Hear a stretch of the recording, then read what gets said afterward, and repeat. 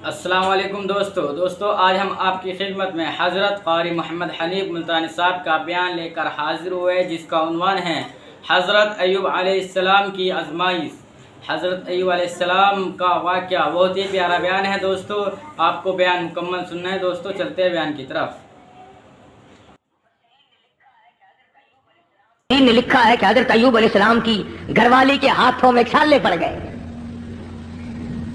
لوگوں کے پانی کے مشکیزے اور گھڑے اٹھا اٹھا کر کندھے کا چمڑا ادھڑ گیا۔ اس پریشانی کے عالم میں آتی ہے جاتی ہے، گزارا کرتی ہے۔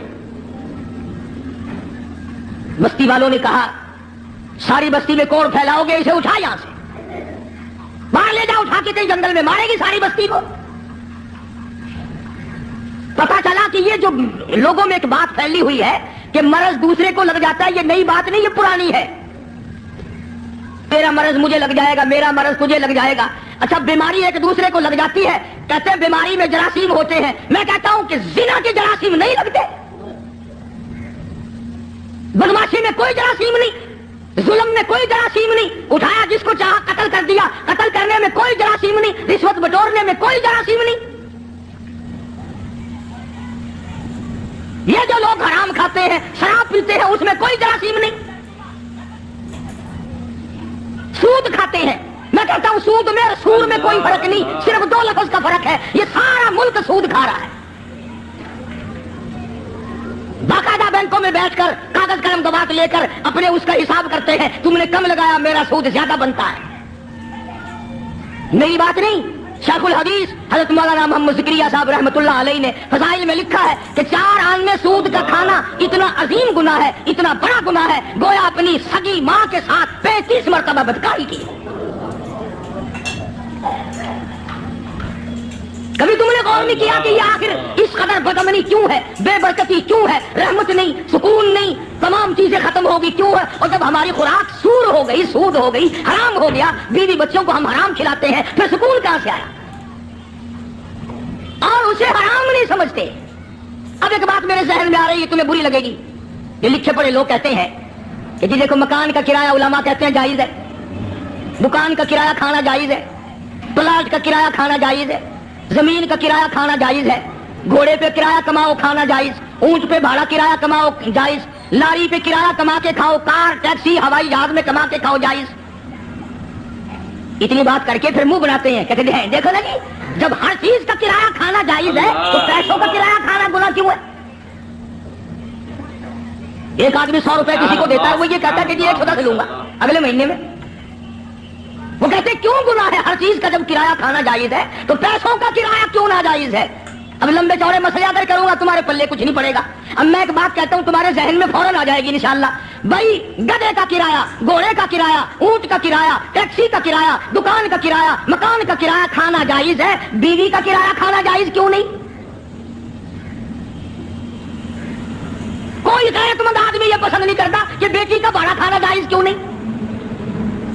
اگر تیری یہ غیرت گوارا نہیں کرتی کہ تیری بیوی کا کرایہ دے کر اس کے ساتھ کوئی بدکاری کرے، تو خدا کی یہ غیرت گوارا نہیں کرتی کہ مال میں نے دیا اور پھر تو پیسے کا مال کو مال بل مال کو کیوں کماتا ہے؟ تو ذہن بدل گئے لوگوں کی۔ تو میں عرض کر رہا تھا کہ بستی کے لوگوں نے حضرت رحمت کو پریشان کر دیا، اٹھا یہاں سے، چل باہر لے کے چل، کوڑی کو لے جا یہاں سے۔ انہیں کیا پتا تھا کہ یہ پیغمبر ہے؟ انہیں کیا معلوم تھا کہ یہ اللہ کا نبی ہے؟ اور پتہ ہوتے ہوئے بھی کون سے لوگ معاف کرتے ہیں؟ قرآن کریم کا ذالک بأنہم کانوا یکفرون بآیات اللہ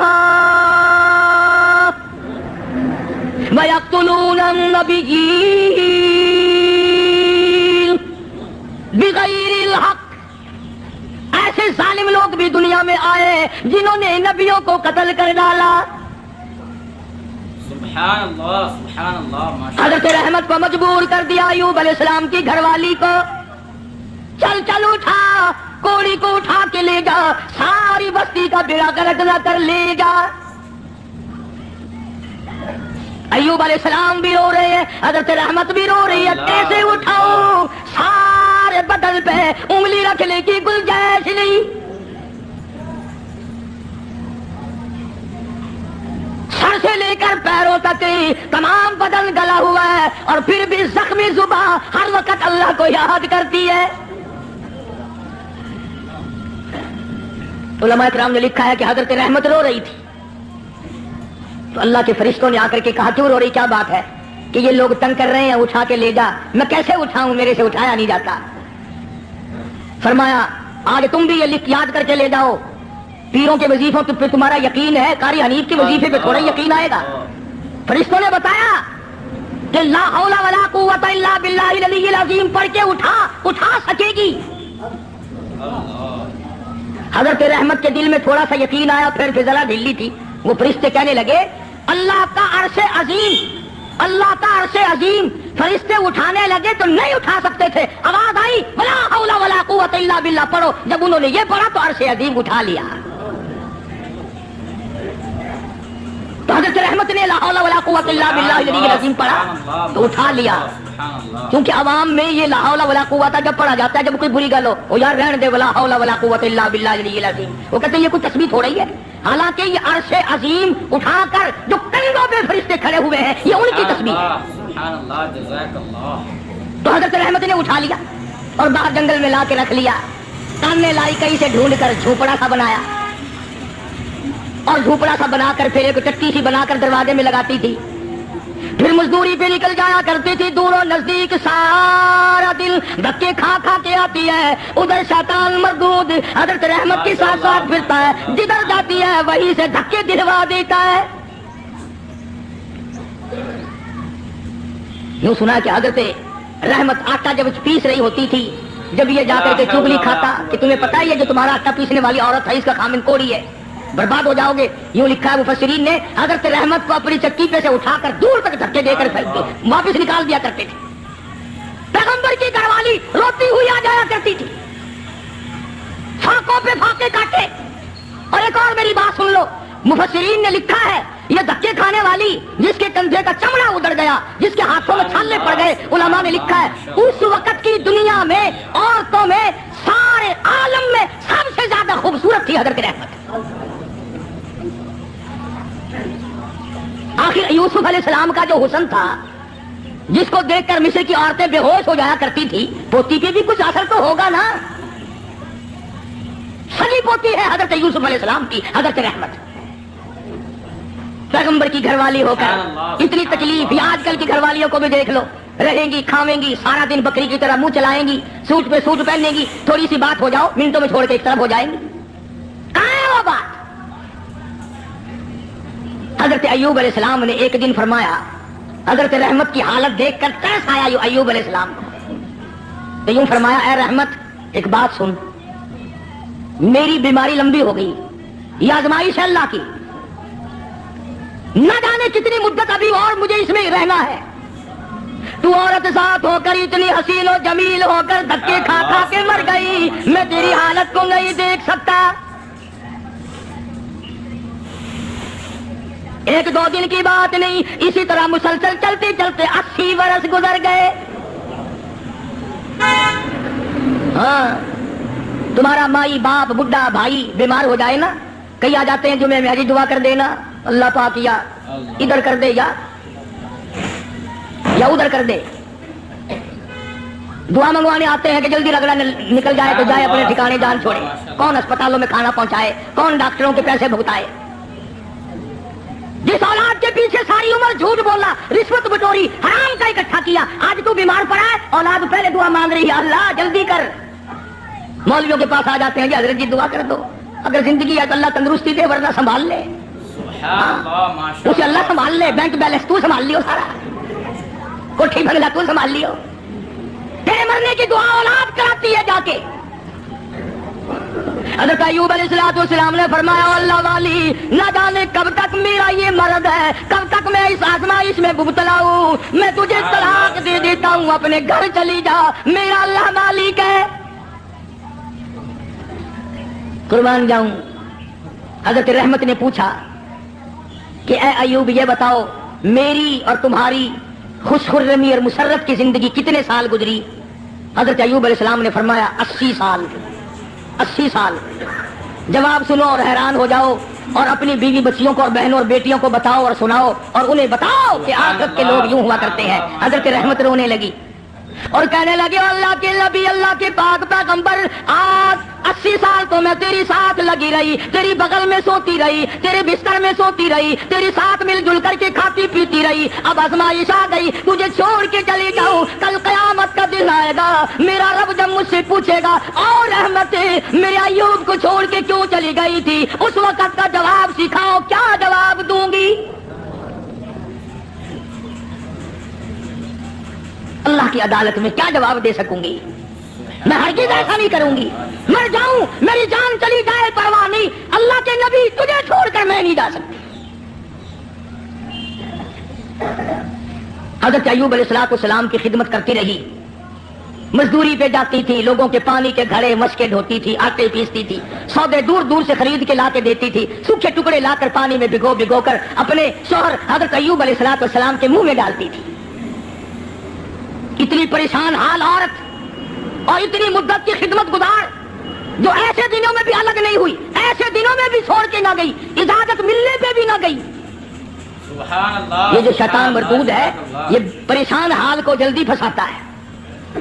کسی کا بچہ بیمار ہو, کسی کا بیٹا بیمار ہو, مقدمہ گلے میں پڑ جائے, پھر اس کو کہتا ہے کہ دیکھ اللہ میاں کیا کرے گا, اللہ میاں کے پلے ہے کیا, تو فلانے بابا کے دربار میں جا اور وہاں جا کر سجدہ کر, قبر کی بچی چاٹ, انشاءاللہ تیرا بیٹا بالکل ٹھیک ٹھاک ہو جائے گا. آخر یہ بھی تو اللہ کے بنائے ہوئے بابے بھی, یعنی خدا سے ہٹا کر شیطان پھر بابے پہ لاتا ہے. اس کا مقصد شرک کرانا ہے, لعنت میں گرفتار کرانا ہے. تو ایوب علیہ السلام کی گھر والی پریشان تو تھی. ایک دن رستے میں بڑا بزرگ بن کر آیا. ہائے یہ جو شیطان ہے نا بے ایمان, اس کو بھی کیسا پتا ہے کہ لوگ لمبے کرتے سے دھوکہ کھائیں گے, لمبے کرتے سے دھوکہ کھائیں گے. او ہاتھ میں بڑا سوٹا, اتنا بڑا تسبہ, تسبیح نہیں تسبہ, اتنا بڑا تسبہ اور سوٹا اور پگڑا اور پیروں لگ کا کرتا, اور حضرت رحمت کے پاس جنگل کی طرف سے جیسے اللہ اللہ نہیں کرتے یوں کرتا ہوا آیا. دیکھو ہوگا نا یہ کئی مکار, جب تمہارے قریب سے کوئی مکار گزرے گا نا پیروں کی صورت روپ بنا کر یوں ہی کرے گا, گرن گرن گرن گرن. آیا آگے سے حضرت رحمت کو کہنے لگا کی حالت تیرا, کدھر پھر دیے؟ وہ پاک پیغمبر کی گھر والی ہے, کہنے لگی الحمدللہ ٹھیک ہے. اور سنا تیرا خامد بڑا بیمار ہے, کہ جی ہاں بیمار ہے. کتنے دنوں سے؟ کہ بہت دن ہو گئے. ایک بکرا لیا, بکرا جتنے بیٹھے ہیں نا دھونا رمائے ہوئے, بکرا بڑا منگوا میں فوراً بکرا.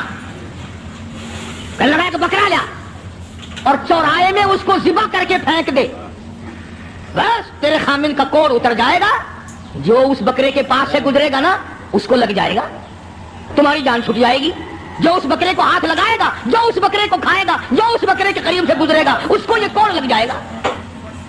اب بیچاری اتنی مدتوں کی پریشان حال مائی جو رات دن دکھوں میں ہے, وہ یہ بات بھول گئی اور مصیبت کی ماری ہوئی, تکلیف کی ماری ہوئی, پریشانی کے عالم میں حضرت ایوب علیہ السلام سے جا کے ذکر کر دیا. آج ایک بابا جی ملا تھا. اللہ کے نبی تو نرالے ہوتے ہیں. ایوب علیہ السلام فوراً سمجھ گئے کہ آ گیا خبیث. بابا السلام علیکم دوستو, یہ تھا حضرت محمد قاری محمد حنیف ملتانی صاحب رحمۃ اللہ علیہ کا بیان, جس میں حضرت قاری محمد حنیف ملتانی صاحب نے حضرت ایوب علیہ السلام کی آزمائش کے بارے میں بیان کیا ہے. حضرت قاری حنیف نے حضرت ایوب علیہ السلام کے اوپر کتنی آزمائش آئی شیطان نے, جیسے حضرت ایوب علیہ السلام کی آزمائش میں اللہ رب العزت نے حضرت ایوب علیہ السلام کو آزمائش میں ڈالا اور شیطان نے بہت کوشش کی ان کو بہکانے کی, لیکن حضرت ایوب علیہ السلام اس میں نہیں آئے کیونکہ وہ ایک نبی تھے, حضرت ایوب علیہ السلام. دوستو حضرت ایوب علیہ السلام کے جیسے بیان سننے کے لیے ہمارے چینل ساداب ریئیکشن کو سبسکرائب کریں, کیونکہ دوستو آپ کو اس چینل پر حضرت قاری محمد حنیف ملتانی صاحب رحمۃ اللہ علیہ کی اچھے نیو ویڈیو اور بیسٹ بیان قاری حنیف کے آپ کو ملتے رہے گے. دوستو ملتے ہیں نیکسٹ ویڈیو میں, جب تک کے لیے اللہ حافظ, السلام علیکم.